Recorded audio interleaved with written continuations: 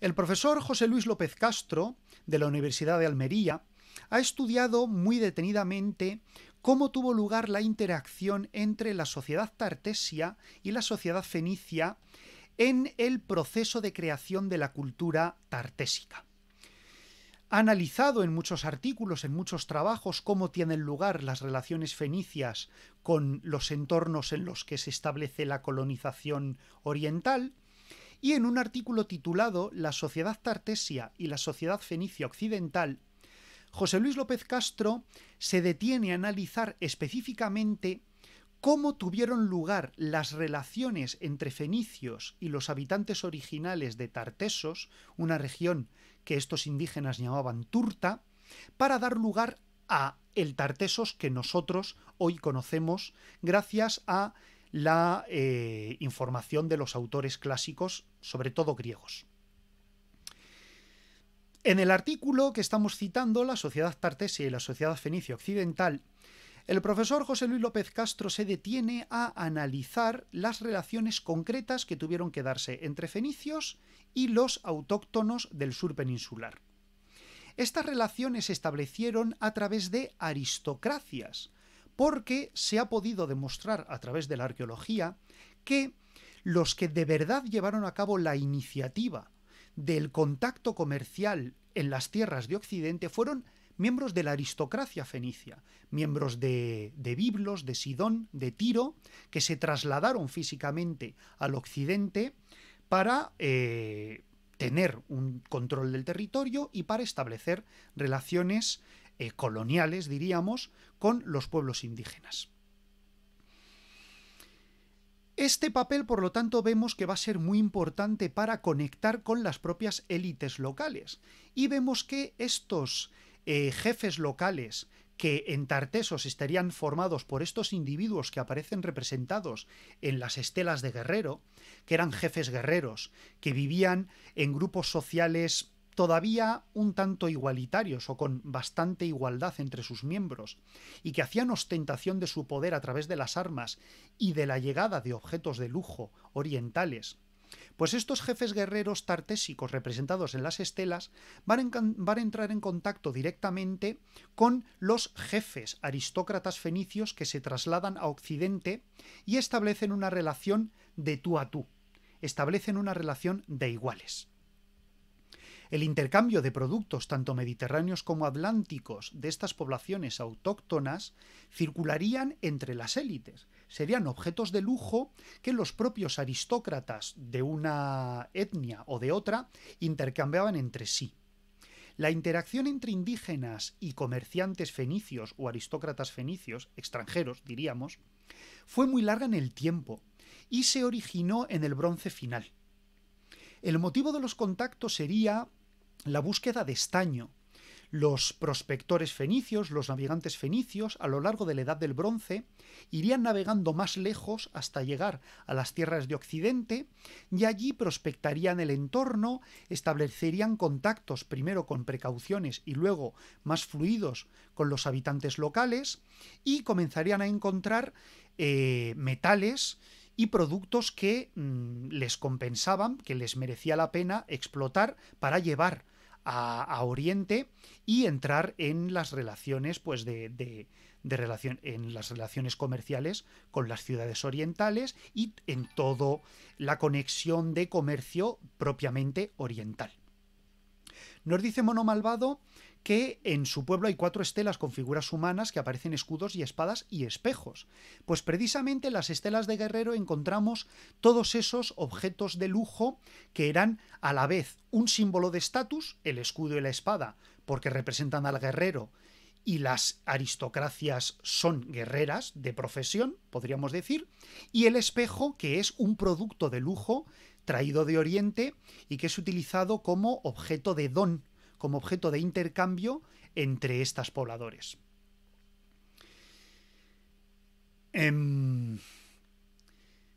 Después de este contacto inicial, de esta toma de contacto inicial en el Bronce final, llegaron los pueblos del mar y todas estas relaciones comerciales colapsaron. Sin embargo, de una manera o de otra, no nos vamos a detener en ello en este programa, este conocimiento de la existencia de un occidente perduró en la mentalidad fenicia. Y vamos a ver que más adelante, precisamente, los fenicios van a retomar estas relaciones comerciales, estos contactos comerciales. Aquí vemos ya el inicio de la historia de Tartesos como nosotros la entendemos, con la fundación de Gadir en torno al siglo X a.C., a través de la primera forma de contacto comercial que van a llevar a cabo los fenicios, que es la creación de un templo como lugar sagrado en el que llevar a cabo intercambios comerciales.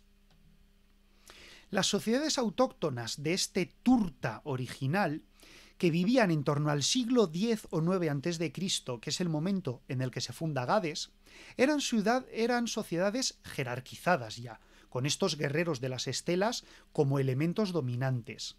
Probablemente tenían una base parental de carácter patrilineal. Los guerreros, como personas masculinas, ejercían el control de sus familias.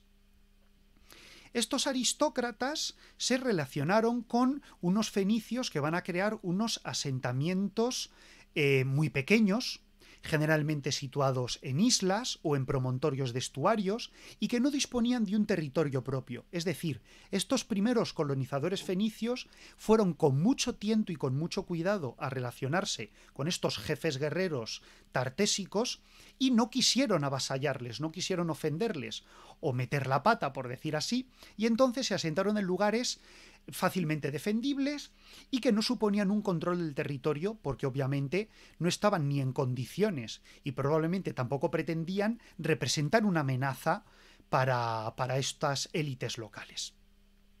Estos asentamientos pues se relacionan con la llegada de los prospectores fenicios, pero también se van a comenzar a relacionar con la creación de talleres de trabajo, porque estos templos originales, que van a ser el lugar de intercambio comercial, se van a convertir poco a poco en lugares de manufacturas, donde los productos ya no solo se traen al templo y se intercambian en el templo, sino que se fabrican en los templos para directamente participar en el intercambio comercial.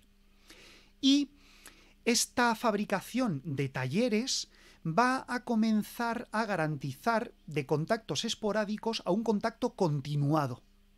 Así que vemos que a lo largo del inicio de la Edad del Hierro, siglo IX, siglo X a.C., poco a poco se va dando una aceleración de las relaciones y de los intercambios entre estos grupos humanos. ¿Qué formas de intercambio se practicaban? Pues no eran intercambios comerciales en el sentido estricto, porque no había dinero. Y porque como eran intercambios que se realizaban entre las élites de ambos grupos sociales, pues se realizaban siempre a través de los sistemas de don y de contradón. Se podían basar en la cantidad, te he dado esto a cambio de un valor equivalente, baratijas a cambio de plata y españo, por ejemplo, pero también podía ser a través de otras relaciones más complejas, favores, ayuda, incluso ya amistades personales y ceder amuletos y objetos que perpetúan esas relaciones. Aquí vamos viendo que estas élites guerreras de Tartesos o de Turta, vamos a utilizar Turta para hablarnos del lugar original donde llegan los fenicios y para distinguirlo de Tartesos, que es esta cultura floreciente que aparece ya en la Edad del Hierro. Vamos a permitirnos utilizar estas dos palabras para distinguir cronológicamente o temporalmente el mismo espacio, ¿verdad? Bueno, pues estos jefes guerreros de Turta van a ser jefes guerreros que van a comenzar a diferenciarse más de sus grupos sociales a través de los regalos que reciben de los aristócratas fenicios. Por eso vamos a encontrar que en las estelas de guerrero, junto a los cascos con cuernos, junto a las espadas, los escudos y las lanzas, que son símbolos de su poder guerrero, comienzan a aparecer peines, comienzan a aparecer espejos, comienzan a aparecer broches, que son esos artículos que los aristócratas fenicios les han entregado en esas relaciones personales que han comenzado a establecer con ellos. En estas relaciones, claro, se espera una reciprocidad. Así que cabría preguntarse que estos jefes de turta, cuando han recibido los espejos, los broches, como regalo de amistad por parte de los fenicios, ¿qué han entregado estos jefes guerreros a los fenicios? Pues cabe la posibilidad de que la entrega fueran tierras, y aquí vemos ya cómo los enclaves comienzan a crecer, y puede que también fueran pues otros regalos que los fenicios pues no han dejado. Pueden ser, por supuesto, lo que más interesaba a los fenicios eran los metales, pero también vamos a empezar a ver la conexión de las propias sociedades entre sí. Un jefe de turta que le da a un jefe fenicio pues 20 personas o 50 para que labren unos campos o para que le ayuden a construir una muralla, etcétera. Estas relaciones, desde luego, van a comenzar a volverse más estrechas y van a pasar de lo material, te entrego a gente, te entrego recursos, para pasar a ser matrimonios. Y en el momento en el que las relaciones matrimoniales se convierten en una forma de don y contradón, es decir, en una forma de relación estrecha entre estas élites, vamos a ver que toda la sociedad de turta comienza a evolucionar muy rápidamente. De estos grupos iniciales, con apenas diferenciación social, con unos jefes guerreros que destacan, rápidamente los matrimonios y la mezcla, el mestizaje entre fenicios y habitantes de turta van a derivar en formas mucho más complejas de relaciones sociales dentro de la propia población indígena de turta. En este momento llegamos a una nueva etapa.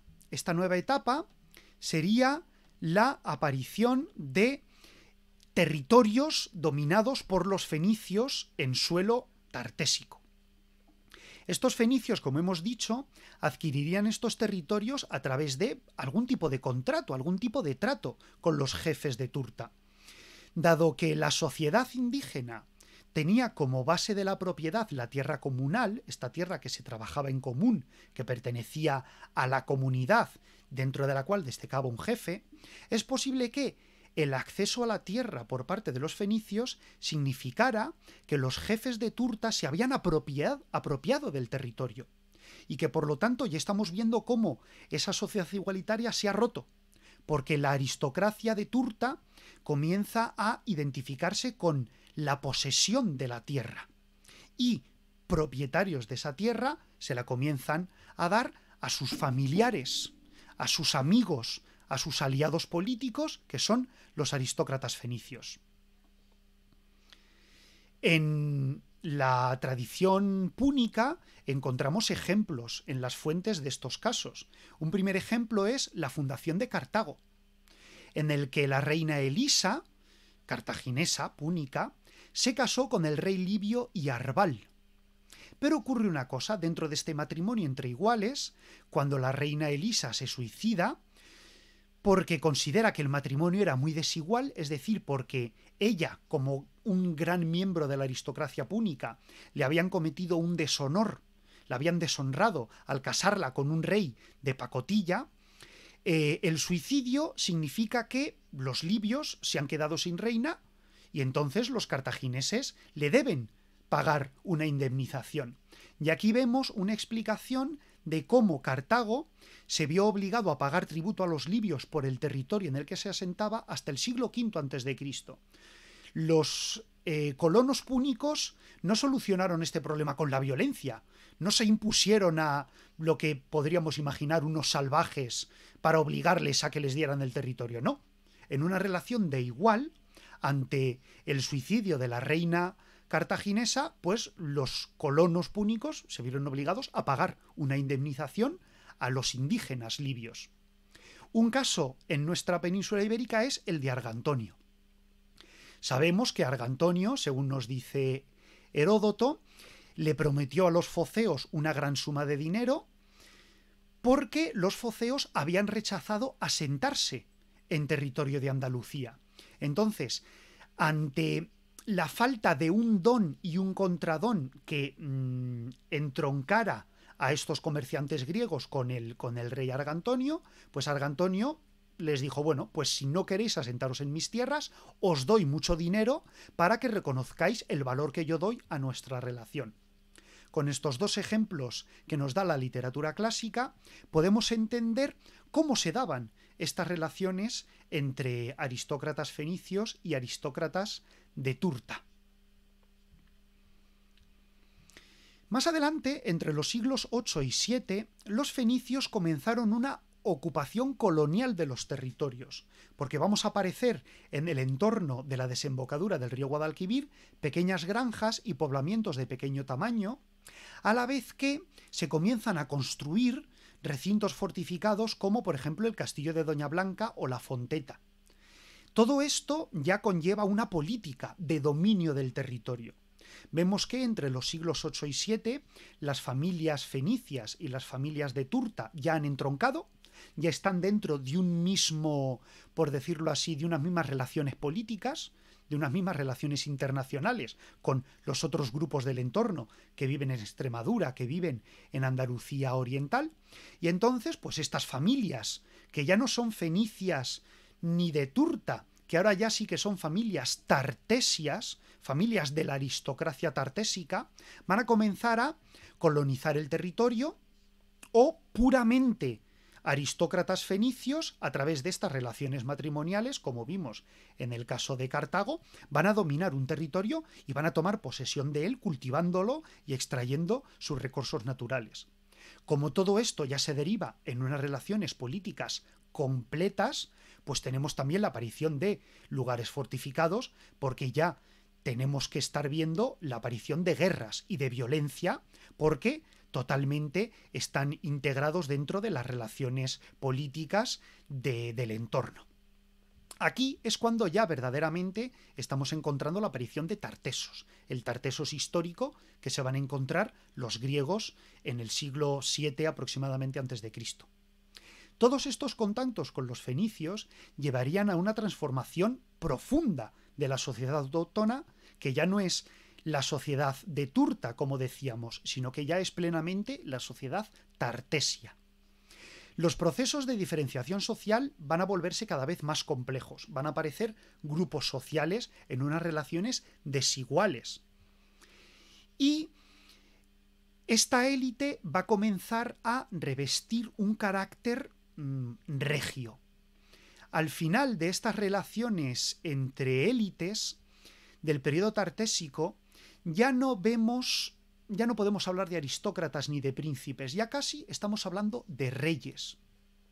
No podemos hablar de reyes porque no tenemos fuentes que lo digan, pero si analizamos todo el contexto cultural, si analizamos toda la relación que se está forjando entre estas gentes, efectivamente estamos viendo a familias aristócratas que entroncan entre sí a través de matrimonios, que dominan completamente un territorio, que tienen uno o varios núcleos de población fortificados que permiten defender un lugar. Estamos hablando, si pudiéramos prescindir de la ausencia de textos escritos, de ciudades-estado, de alianzas reales, de reyes y de príncipes. ¿Cómo se relacionan estas nuevas aristocracias? Pues van a llevar a cabo prácticas sociales que vienen de Oriente, propias de la cultura oriental. Estas nuevas prácticas son nuevas para esa antigua aristocracia guerrera de Turta, pero se van a convertir en una forma normal de actuar por parte de estos comerciantes en el territorio de Tartesos. Para ello van a entregarse objetos que son decorativos, que son objetos de lujo, que sirven para expresar esa diferenciación social entre aristócratas y el resto de la sociedad. También van a utilizar estos objetos en ceremonias, como por ejemplo los banquetes, que se convierten en un elemento muy característico que define a las sociedades aristocráticas de todo el Mediterráneo. A través del banquete, igual que ahora, los aristócratas se unen, conversan, estrechan sus relaciones personales, toman decisiones, y por lo tanto el banquete, muy posiblemente, igual que hoy en día con grandes cenas de gala o cenas de empresa o congresos, se convierte en una forma muy importante de interacción. y en estos banquetes se utilizan todos estos artículos de lujo como forma de expresión de poder para admirar a tus iguales, incluso para utilizarlo como forma, como técnica de regalo, de don y de contradón. Estos banquetes, por supuesto, también se perciben en el registro arqueológico, pues a través de todos los utensilios necesarios para ellos. Los asadores, los calderos, los jarros, los braseros, las bandejas, que son objetos funcionales, pero que a la vez son objetos de lujo porque explican ese poder. Ese yo puedo, ¿verdad? ¿Por qué voy a beber en un vaso de plástico si puedo beber en un vaso de cristal de Murano y luego romperlo? Pues ese tipo de cosas, ese ejemplo, lo podemos llevar al registro arqueológico antiguo para entender por qué tenían tanto valor estos artículos. Las élites también iniciarían una competición entre ellas, y esto llevaría a un incremento de las alianzas políticas que llevarían a veces a rivalidades violentas, a conflictos armados y otras veces pues a la búsqueda de otro tipo de contactos con terceros, con la petición de ayuda a otros, con búsqueda de otros entronques familiares a través de matrimonios, que va a ir volviendo esta sociedad mucho más compleja. Y dentro de estas alianzas vemos cómo la influencia de Tartesos comienza a expandirse más allá de sus propias fronteras. Es así, a través de la búsqueda de nuevas alianzas matrimoniales que permitan un nuevo equilibrio de poder entre el núcleo tartésico, en el que vemos que la influencia de Tartesos va más allá de la desembocadura del Guadalquivir y se extiende primero por todo el valle del Guadalquivir y luego también llega a Extremadura. Y con ellas vamos a ver la difusión hacia el extrarradio de todas estas relaciones que ya se habían vuelto típicas y tópicas en el centro, en el núcleo central de Tarteso. Pero además de todo esto, tenemos que pensar en las personas que fabricaban los objetos. Y, además de los aristócratas, como las sociedades ya estaban fusionadas y la sociedad tartesia ya era una mezcla total, una combinación nueva de todas estas sociedades fenicias y sociedades indígenas, pues tenemos también a los artesanos, tenemos también a los comerciantes, a los alfareros, a los amanuenses, a los oficiales de obra, a los campesinos, a los ganaderos, a los siervos, que también comienzan a viajar. Y son de verdad estas personas individuales los verdaderos agentes de transmisión de esta nueva cultura tartésica al extrarradio.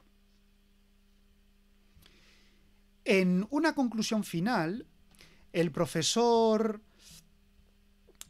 Castro, López Castro, nos dice que la relación de todas estas élites se puede analizar también a través de la arqueología para conocer cómo eran físicamente estos individuos. Los túmulos tartésicos son la mejor forma de analizar cómo era esta población. Y es muy sorprendente, porque dentro de estos túmulos encontramos huesos, encontramos evidencias claras de que esta aristocracia tenía una vida muy dura, que la esperanza de vida era corta, que la mortalidad era mayor entre las mujeres debido a la mortalidad provocada al dar a luz, que había una mortalidad infantil muy alta, incluso entre la aristocracia. Con lo cual, pese a todo esto que estamos diciendo que nos puede sonar a lujo y a oropel y a qué bien vivían, sin embargo encontramos que físicamente los individuos de la aristocracia se destacan muy poco del resto de su sociedad. Lo cual nos quiere decir que las formas de vida eran duras, que probablemente la sordidez, la dureza de las condiciones, la violencia a la que se veían sometidos estos aristócratas era muy similar, era muy parecida a la del resto de sus conciudadanos, por mucho que ideológicamente se hubieran colocado por encima de ellos. En conclusión, podemos ver que el profesor José Luis López Castro nos ofrece una panorámica de las relaciones entre fenicios y tartesios que tiene todo que ver con las relaciones personales que se ejercen entre los miembros de la aristocracia de los dos grupos que entran en contacto inicialmente, los fenicios y los habitantes de la región de Turta, la desembocadura del valle del Guadalquivir, que primero, a través de relaciones comerciales en los templos, se establece un contacto inicial entre estos aristócratas, que luego estas relaciones aristocráticas van a ir haciéndose cada vez más complejas hasta evolucionar primero en relaciones personales y luego en relaciones matrimoniales, y que finalmente, cuando ya han entroncado y se han convertido en una única cosa, Tartesos comienza a establecer relaciones de mayor alcance entre los grupos rivales de esta aristocracia tartésica que habita en el territorio del Guadalquivir, y de esta manera, buscando a nuevos protagonistas de sus relaciones políticas y llevando físicamente a comerciantes, a artesanos, a personas y a productos a nuevos lugares del entorno de Tartesos, Andalucía oriental, Extremadura, esta influencia de Tartesos crece. Con estos artículos espero que os hayáis podido hacer una idea de cómo en realidad Tartesos surge a través de las relaciones personales de una serie de individuos y cómo llega un momento en el que tenemos que distinguir Tartesos como una cultura totalmente propia que es hija de dos culturas diferentes, los indígenas de Turta y los extranjeros fenicios. Pues esto ha sido todo. Espero que no os haya resultado muy engorroso, porque es verdad que hemos estado viendo muchos conceptos. Y bueno, la semana que viene vamos a centrarnos a hablar más de arqueología y vamos a estar hablando sobre cómo es físicamente el territorio de este Tartesos original, ya que tenemos un poco en la imaginación qué personas o de qué manera las relaciones de las personas crearon la cultura tartésica.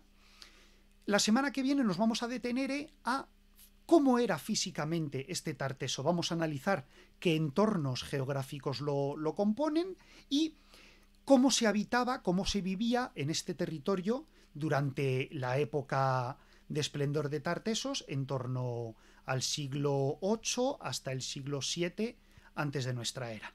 Muchas gracias, Darth Pro, a ti por venir, como siempre. Irene, me alegro mucho que te haya gustado. Ollane, ¿qué tal estás?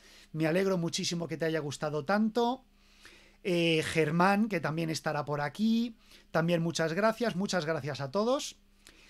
Perdón por los pequeños inconvenientes de conexión que hayamos podido tener. Vamos a ver si los podemos solucionar en la próxima conexión.